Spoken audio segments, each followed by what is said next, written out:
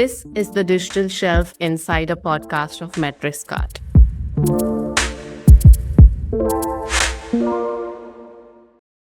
Hello, everyone. Welcome back to the Digital Shelf Insider podcast of MetricsCart. I'm your host, Shreshta, and my guest today is Shama Hyder. She is the founder and CEO of Zen Media.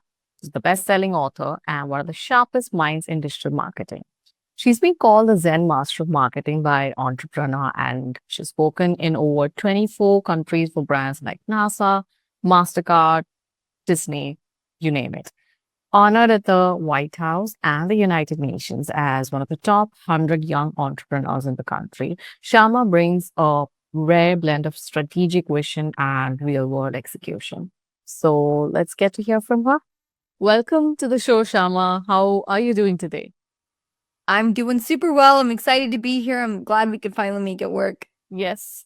It's so great to have you here because today we're going to dive into a topic that's very constantly evolving and it's overloaded with opinions, and that's how brands approach marketing. And from AI tools to social commerce, there's just so much noise around it.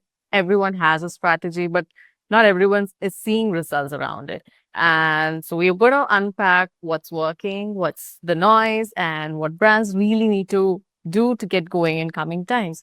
And you've worn many hats over the years. Could you give us a sneak peek into what your journey has been like, and what led you to Zen Media and what's exciting? Yeah, I think which is to break down everything that you just said, we need a lot more than one podcast, but I'm excited to dive in and at least share some of the insights and things that I'm seeing in the trenches. I started Zen Media almost 17 years ago, which is hard to believe. I started right out of grad school.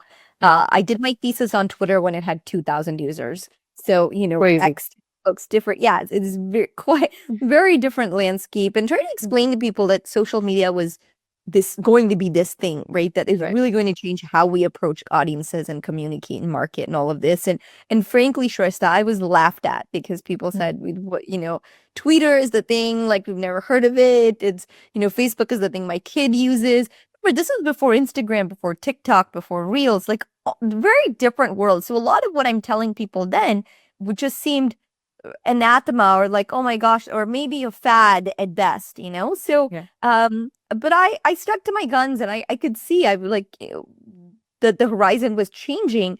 And it's funny because I see a lot of that now with AI, right? Yeah. Very similar reactions from people, from fear to I don't think this impacts me to maybe trepidation but really it is going to again completely change the landscape of how we connect, how brands show up for their audience, how we market, sell, all of the above. And so, I think it's about embracing a lot of that as well. So that's been my journey as both founder and CEO. And I will tell you the thing that I sort of get the greatest joy from these days is my keynotes and speaking on these topics. And hopefully, because in my work, we work one-on-one with brands and we might be able to help 100 brands. But when I'm on stage and I can reach thousands and millions of people, that's so powerful because I think the more commerce, the more brands, marketers understand this, the more future-proof they're going to be able to have, future-proofing they're going to have for their brands, their customers, their own career trajectories. So my goal is really to be able to ring that bell or, ride that horse like Paul Revere and just say like the British are coming. Yeah. It's very similar to, like these things are coming and we need to be prepared for them. So, right. You work with so many brands. What challenges do you see coming up again and again in your conversations and work meetings about marketing? Gosh, I still think with marketing, the biggest thing is not understanding it, right?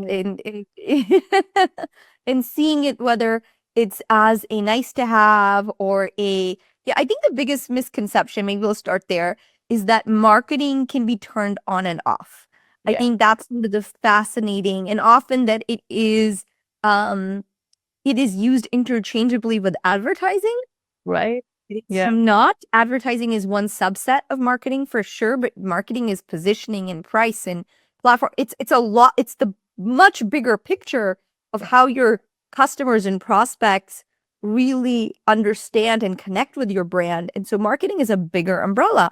Now, the other truth about marketing is that it is part science and part art. Just like psychology is a science, but it is not always a hard science. So we think there's a big challenge in trying to get marketing to act like finance or to get it to act like a hard science. And it's not. I mean, imagine taking, some of the subjects that we learn in school.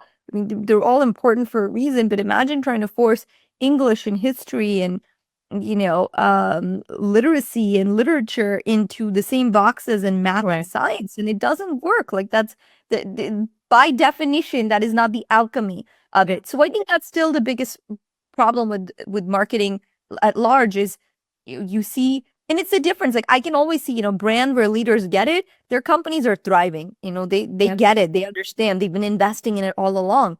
And then the companies that don't, that's easy to see too, because they've had a lot of turnover with CMOs. They constantly are trying to, try the next thing but they don't have their fundamentals right. So these are all things that I think are quite common, sadly, in marketing at large.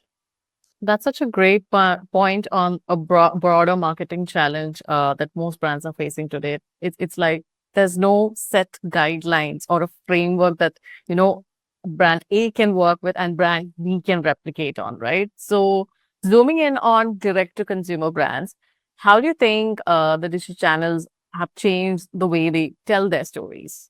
Yeah, look, I think it's gotten so much noisier. That's the other part, is people still expect the internet to act as if the internet of 15 years ago, and it's not. Yeah. That's the biggest thing, is people think like, oh, I should be able to get all these likes and comments. And no, like if you missed the early days of the internet boat, you missed the early days of the internet boat. We are not in that world anymore. And so, yes, we can pine for it and say, it should be different. But the smarter brands are looking at it and saying, okay, this is now the world. It is competitive. Whatever that early advantage is gone. But how do we, now you have scale. Now you have even more virality.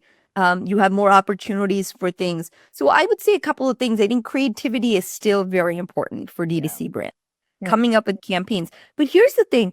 Creativity, true creativity, has an inherent element of risk.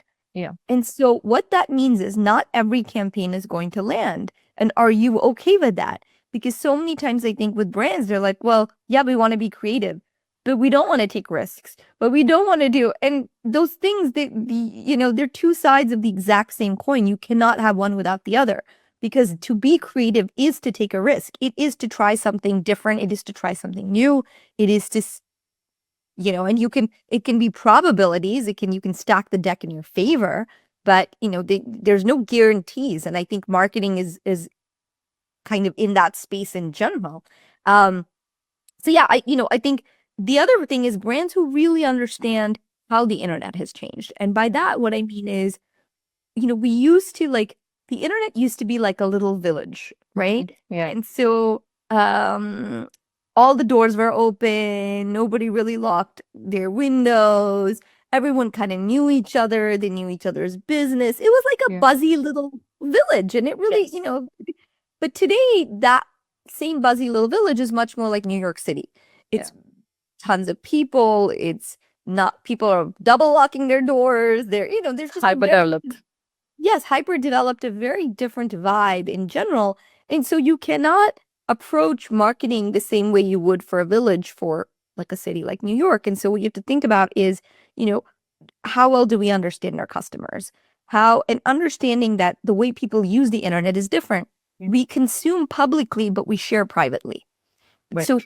So many conversations are happening in DMs. Like people will listen to this and watch this, but my guess is, this is a very educated guess, they're not going to leave comments. They're not going to say, wow, Shrestha, this was a great episode. Shama, I really enjoyed. That's not happening. What are they doing? They're sharing this link in Slack, in Teams, in DMs, in WhatsApp groups. Whenever I keynote, I ask people, I say, how many of you watch Reels, right? Videos. Almost everyone raises their hands. And I say, how many of you send those videos by DM to the same 3 people? And people laugh and raise it, because that is what we do. We create our little villages, our little communities within a big city. And so you have to understand that even when you do something, and if you are judging it based on how many people liked it, commented, whatever, it's not a good judgment. That's not even a good metric anymore, because how people engage has fundamentally changed. So, right. Where does AI fit into all of this? You mentioned about creativity. So, is that taking a backseat with the combination of AI, or is it actually leveling up brands for the hyper developed internet that we're talking about? Yeah, gosh, AI, what AI is going to do is we're really headed towards agentic workforce, right? So like Yeah. Shrestha, you will have an agent, I will have an agent, my cup of chai will have an agent, my phone will have an agent. Yeah. It's like I feel like the Taylor Swift song where it says, my friends talk to your friends talk to me. It's Yeah. like my agent talks to your agent. And Yeah. that's very much how it's going to be. Yeah. And so what that means is that the window to market and to make sure your brand is in the ecosystem is narrowing, because what's Yeah. going to happen is people are not going to go through the current process that they are to find things. They are going to go to AI and say, I want travel luggage. You know me, recommend the best one. They are going to go and say, I'm having a party for my kid. Here's a theme. Tell me what I need. Like, my phone is, like, I need a new phone. This is what I like, what I don't. Tell me. And so you really see, and I said this actually a few years ago, even before AI, which is that we are going to go towards this, like, recommendation engine optimization, this REO, which is very different. I just, even search engines are changing. Like, what happens when people don't have 18 websites to click through and find what they're looking for? Yeah. And if AI knows you so well and, it's 90% accurate in what it's going to recommend, you're going to go with that, you know? And already I can tell you, Shrestha, how I use it. It has all the things that it likes and knows about me. It's got all that stuff. And so it's I will ask it things like, hey, what lipstick color should I get? And it'll tell me, like, based on your skin tone and Yeah. blah blah blah, here's what you should get.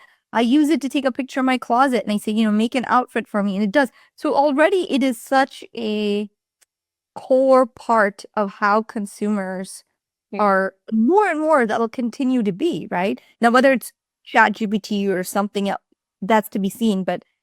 And so if you're not already thinking this way, which means, for example, PR is going to matter a lot. Right? This is a lot of what we do at Zen Media, which is a lot of earned media for sophisticated B2C brands and B2B brands. And it's because where do you think it's pulling that information?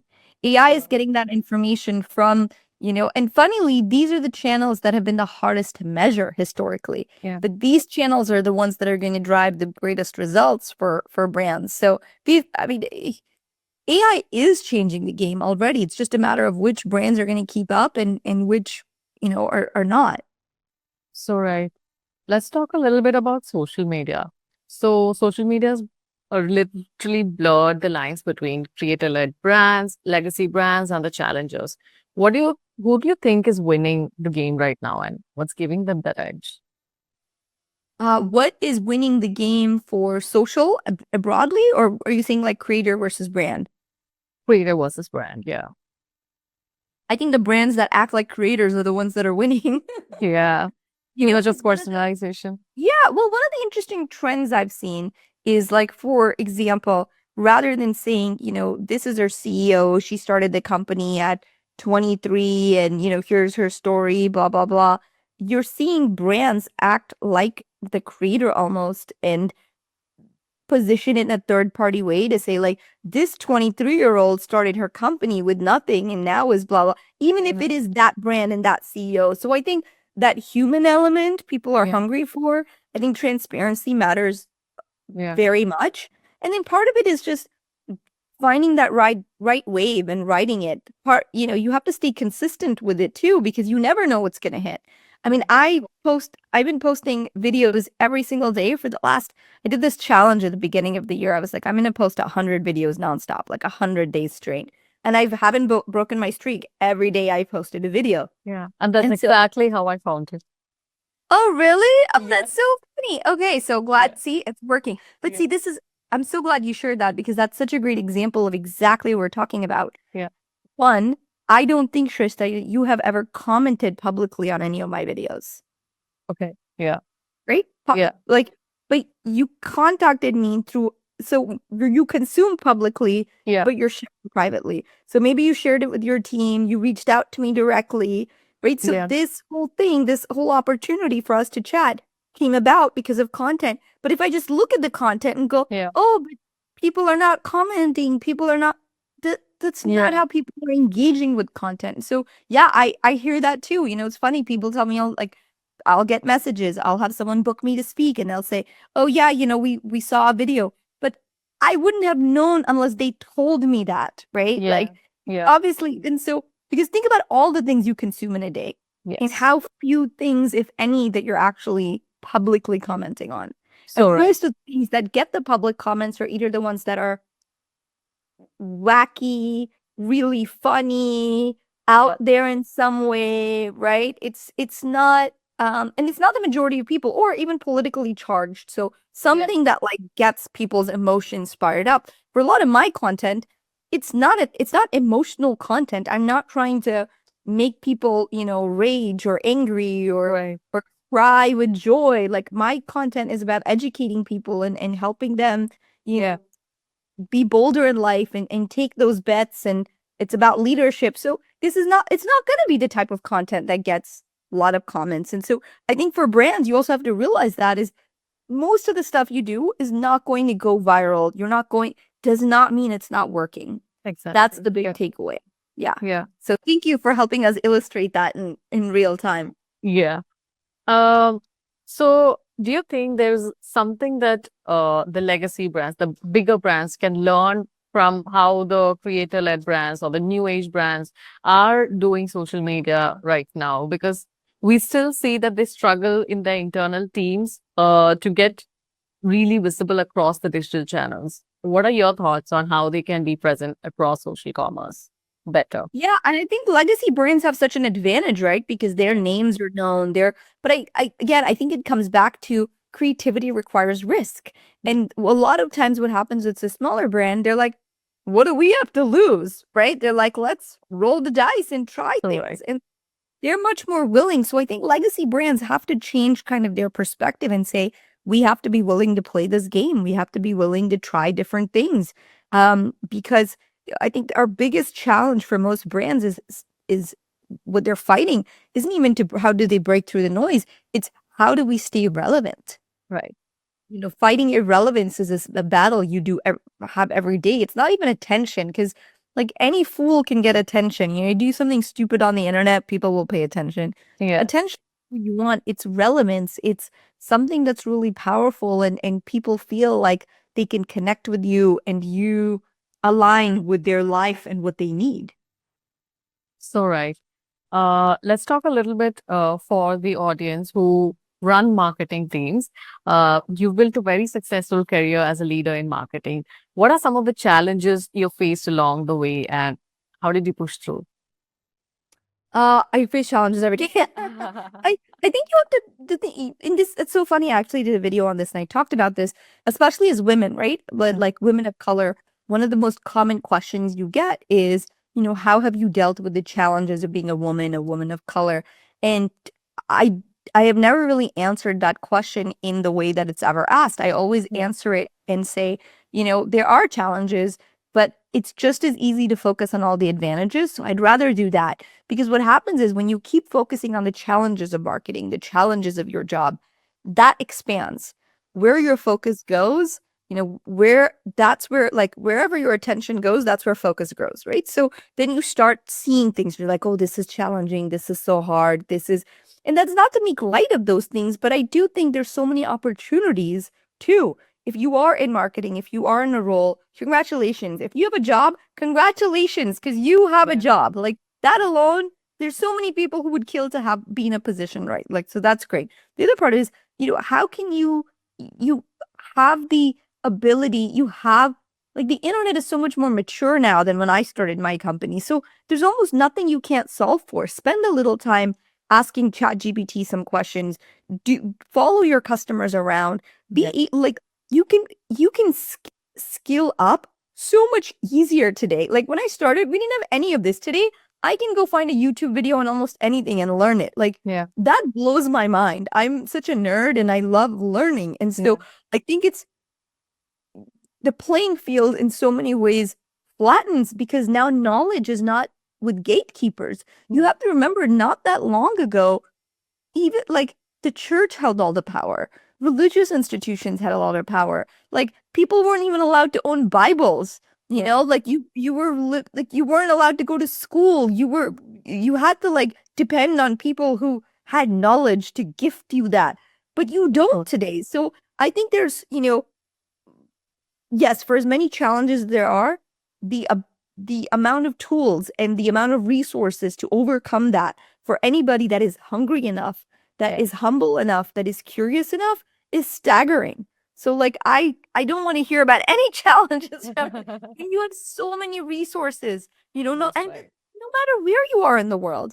And so even if you say, look, you're listening to this and you're like, but Shama, I'm at a company where my boss doesn't get it. I get it. Okay. Yeah, it happens. But guess what? You are not a tree. You can move. What would need to happen for you to get another job? What does that look like? And how do you make sure you get a job where that boss will get it? And if you find that you have a history of bosses that don't get it, maybe it's time to look at how you're presenting something.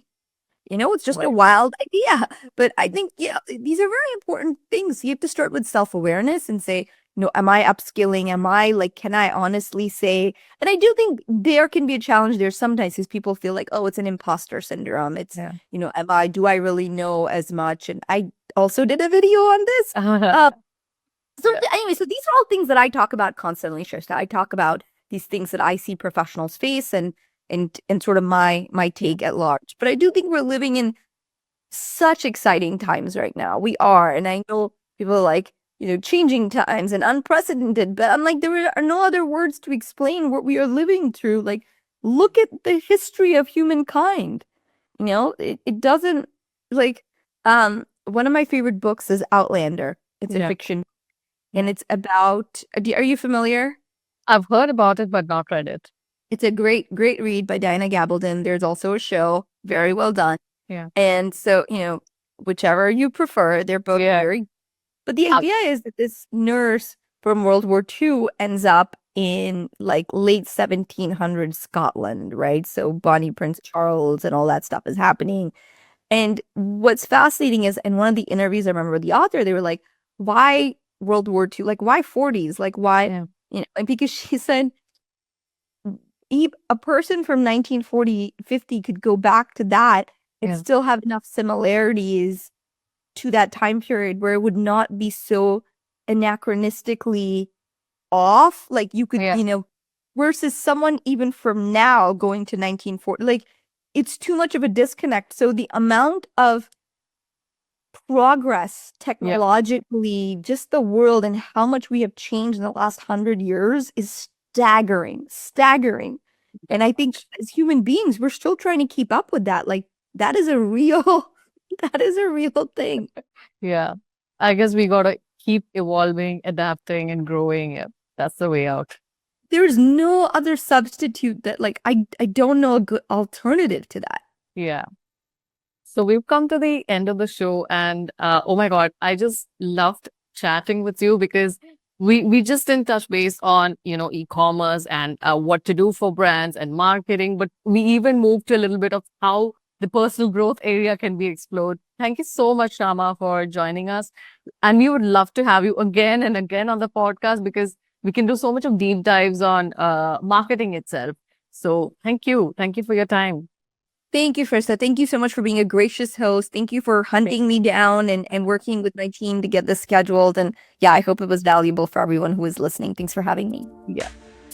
We've come to the end of the episode. If you loved what you just listened to, don't forget to like, share, and subscribe. We'll be back next Monday with a really awesome guest. Stay tuned until then.